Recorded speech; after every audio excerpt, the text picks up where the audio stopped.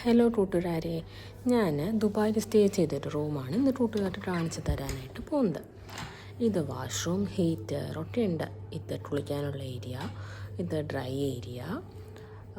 പിന്നെ ഇവിടെ നിന്നിട്ട് റൈറ്റ് സൈഡിലായിട്ടൊരു ഡോറ് കാണാം. ഞാൻ എന്താണെന്ന് അറിയാനായിട്ട് അത് തുറക്കാൻ പറ്റുന്നില്ല. പിന്നെ ആ ലോക്ക് ഓപ്പൺ ചെയ്ത് എന്നിട്ട് പിന്നെ ഡോറ് തുറന്നു. അപ്പോൾ ഇതേ പിന്നെ അടുത്ത ഡോറ്.